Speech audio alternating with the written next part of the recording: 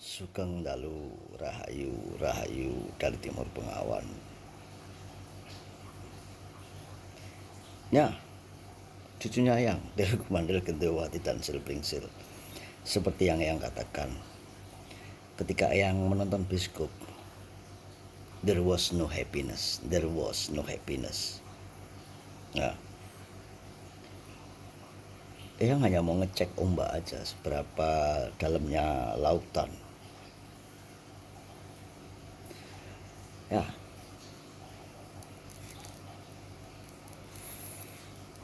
ketika Eyang membuat sebuah histori atau rekaman ini yang hanya peruntukan untuk cucunya Eyang, Del Gumandel Gendewati dan Silbringsil. Selebihnya Eyang I don't care. Ya, your life, hidupmu is not my responsibility. Ya, kehidupanmu itu bukan tanggung jawabku. Ya, tanggung jawabku atas cucu-cucuku Del Gumandel dan Silbringsil itu pun tidak 100% tanggung jawabnya Eyang, hanya 10%. Ya, karena raga yang Del Gumandel dan Silbringsil, jikalau nanti ada raganya, itu dari DNA-nya Eyang. Tapi Nur Cahyonya itu dari Sang Maha. Jiwanya, perasaannya terbentuk karena penggabungan raga yang Eyang ciptakan, DNA-nya Eyang dari Nur Cahyo atau roh dari semesta alam ini. Jadi ketika jiwanya dikasih nama Del Gumandel Gendewati dan Silbringsil, perasaannya itu penggabungan dua. Artinya Eyang tidak mutlak memiliki dirimu, apalagi orang lain ya, yang ngeyel, yang sok pandai ya, karepmu. Makanya Eyang menamai Begawan Agastya karepmu, sakarepmu ya. Penak ya tok tanggung dhewe, rekoso ya tok tanggung dhewe. Emang ketika engkau memilih sang kesatria piningit Del Gumandel Gendewati untuk jadi seorang yang menyelamatkanmu, apakah engkau juga akan dihargai? Ketika nih sang kesatria, sang raja ini naik mobil, kamu stop mobilnya di tengah jalan. Stop. Aku ikut dong. Apakah kamu akan diterima satu mobil dengan dia? Apakah kamu akan diterima satu mobil dengan dia? Oh, dia pasti ketakutan sang SP, sang kinasih ini nanti. Siapa ini? Tahu-tahu nyetop mobilku dan pengen ikut bersama denganku. Minggat. Kamu disuruh minggat, Del Gumandel Gendewati, minggat sana. Kamu gak akan berharga di matanya dia. Oh, I'm sorry, I'm busy. Jawaban dia akan seperti itu. I'm sorry, I'm really busy right now. My time is money. Waktuku adalah uang. I have very important things to do. Aku punya sesuatu yang penting yang harus aku lakukan. Jadi jangan terlalu bangga. Ya. Banggalah menjadi dirimu sendiri, di mana engkau harus mengaktifkan samadhimu, mata ketigamu, supaya engkau selalu dalam keadaan sadar. Nah, masa yang dibilang ketika sudah terkenal jadi YouTube biasanya baper, merasa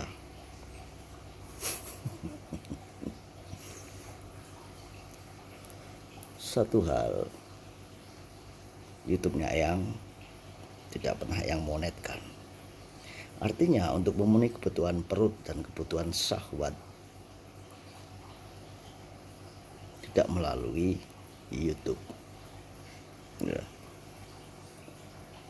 Syahwat itu adalah simbol nafsu atau ego. Ya.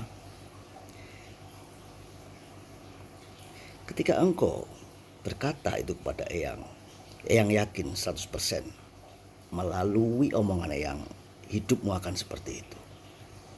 Hidupmu akan terjebak oleh sebuah kenyataan yang kau ucapkan dan hancur. Percaya nggak percaya, boleh dibuktikan. Makanya hati-hati ketika engkau berbicara. Hati-hati.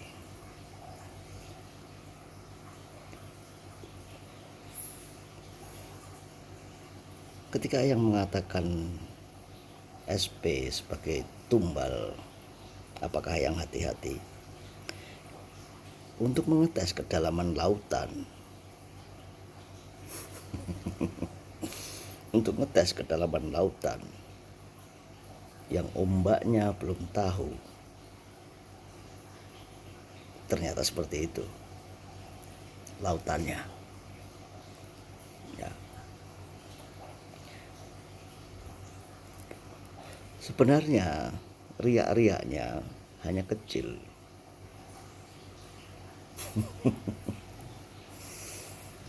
Life is drama.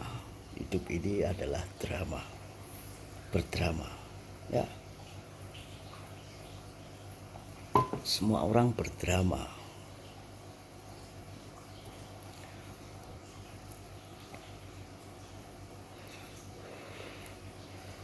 Tetapi ingat, ya,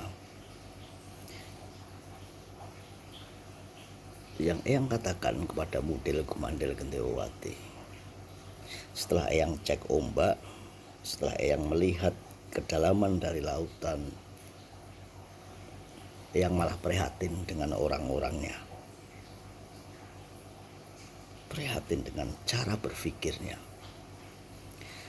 Hidup ini tentang waktu dan energi. Ya, sudah jelas di dunia ini tentang waktu dan energi. Makanya ketika waktu terjadi, engkau tidak akan bisa mengembalikan waktu itu. Begitu juga dengan energi.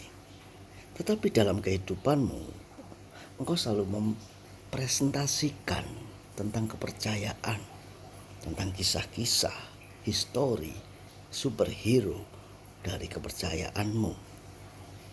Itulah yang membuatmu menjadi enggak karu-karuan. Namanya aja metafisika, spiritual. Harusnya kau logikakan. Ketika engkau menghadapi seseorang yang menjelaskan tentang hal-hal gaib yang tidak kelihatan, dengan matanya engkau melihat, dia bilang dengan mata aku melihat, dengan ini aku melihat, dengan itu aku melihat. Apakah engkau langsung percaya begitu saja?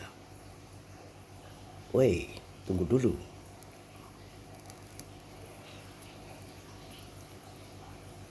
Perlu dites ombak AQ-nya. Ya. Karena metafisika adalah bagian terkecil dari fisika yang hubungannya adalah dengan energi. Ya. Makanya untuk melihat sesuatu yang tidak kelihatan, jin ngiprit, apapun itu namanya, dengan matamu itu mustahil. Kalau engkau melampaui titik samadhi yang paling tinggi, yang baru percaya. Karena engkau bermain dengan energi, engkau bermain dengan frekuensi atau gelombang. Karena itu adalah gelombang cahaya, di mana cahaya itu ada 2 dimensi, 3 dimensi, 4 dimensi.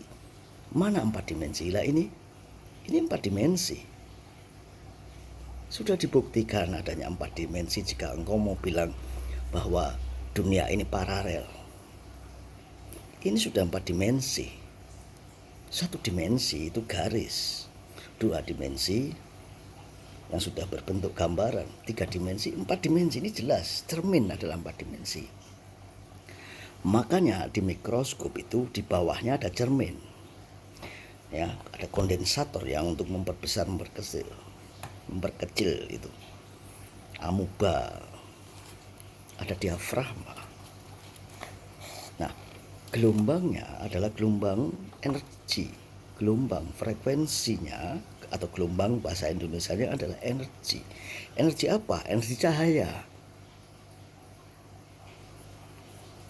Jadi untuk mengetahui amuba yang tak kasat mata diperlukan gelombang cahaya, pemantulan cermin dan sebagainya.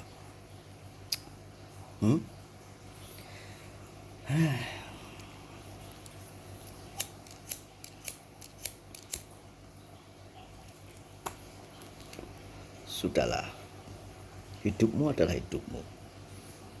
Ya, I don't really care with yourself. I don't really care with yours, milikmu. Yang aku care, yang Eyang care adalah cucunya Eyang. Itu aja. Sil pringsil yang ngeyel tetapi tetap sayang pada Eyang.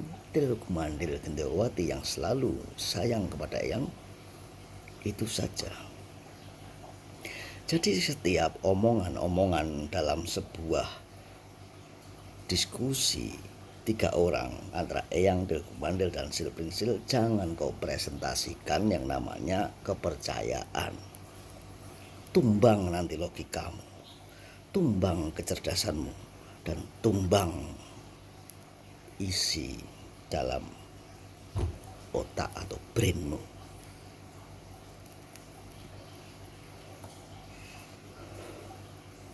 Ada tempatnya sendiri untuk mempresentasikan kepercayaan Til Kumandil Gendawati. Ada tempatnya sendiri. Tempatnya ya dengan golonganmu. Yang kamu bahas adalah tentang keselamatan. Tidak kau presentasikan sebuah kepercayaan dalam dunia, energi, dan waktu. Lucu kan?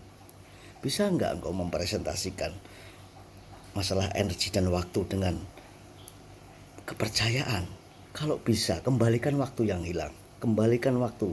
Hidupkanlah itu orang mati.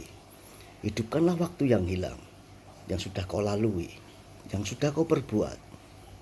Kembalikan jika kamu bisa.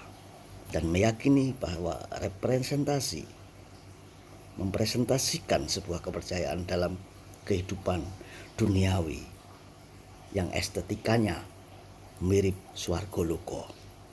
Ini estetikanya, ini mirip surga. Engkau tanya bagaimana yang bisa menjelaskan estetikanya ini mirip surga? Emang kamu bisa bikin air ini? Air. Estetikanya, nilai seninya mirip surga. Emang kamu bisa bikin daun? Emang kamu bisa bikin gunung? Emang kamu bisa bikin lautan? Nggak bisa.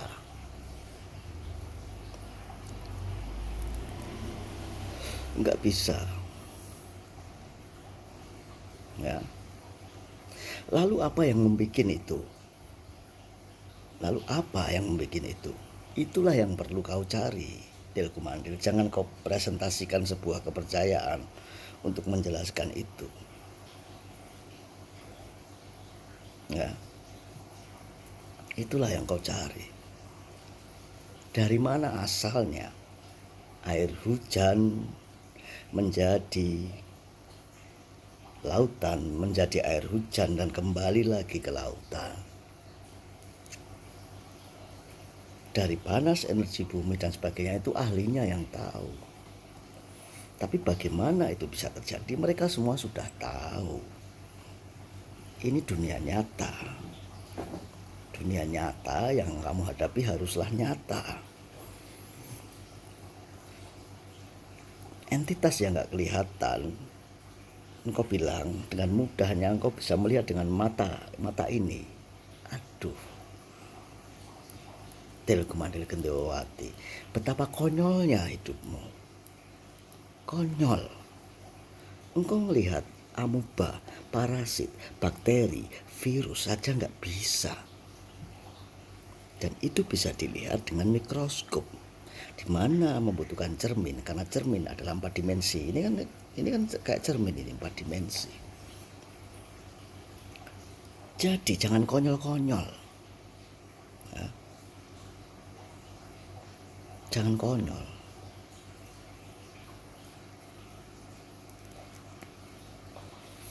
Jangan bangga atas menjadikan sang satrio itu menjadi raja. Apa asas manfaatnya buatmu? Emang kamu stop mobilnya sang satrio, nanti jika dia menjadi sang satrio kamu akan dipersilahkan masuk?